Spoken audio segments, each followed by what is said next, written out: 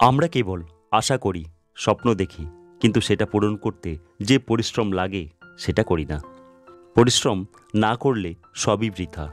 পরিশ্রম করলে সাফল্য 100%। কেউ একটু কম পরিশ্রম করলেই সাফল্য পায়, আবার কাউকে একটু বেশি পরিশ্রম করে সাফল্য আনতে হয়। কিন্তু অন্যের কম পরিশ্রমে সাফল্য দেখে নিজেরও যে তা হবে সেটা ভাবা একদম ভুল। সাফল্য পেতে হলে পরিশ্রম মাস্ট। কে বলেছে তুমি পারবে না? তুমিই পারবে। যে সফল হয়েছে তার হাতেও সময় ছিল, মনে ইচ্ছা ছিল। তোমার হাতেও সময় আছে, মনে ইচ্ছা আছে। তাহলে লড়ে যাও নিজের বাধার সাথে, এগিয়ে যাও নিজের লক্ষ্যে। সময় কখনো মিথ্যা বলবে না। পরিশ্রমের ফল সময় দিতে বাধ্য।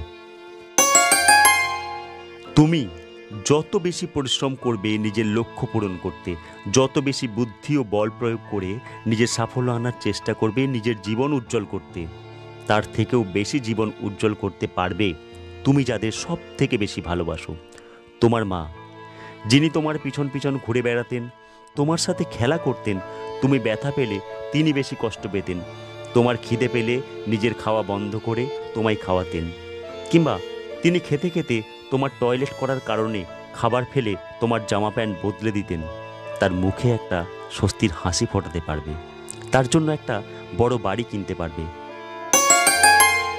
তোমার জন্য যে বাবা সারা জীবন কাজ করে করে নিজের কোমরটাই বেঁকে গেছে, যিনি তোমার ইচ্ছে, তোমার চাহিদা পূরণ করতে করতে নিজের চাহিদার কথা কোনোদিন মুখ ফুটে বলতেও পারেননি, নিজের প্রয়োজনের কথা একেবারে ভুলে গেছেন, নিজের ইচ্ছেটাকে ত্যাগ দিয়েছেন শুধু তোমার সুখ শান্তি চাহিদা পূরণের জন্য, তাকে একটা সুন্দর আরামদায়ক জীবন উপহার দিতে পারবে।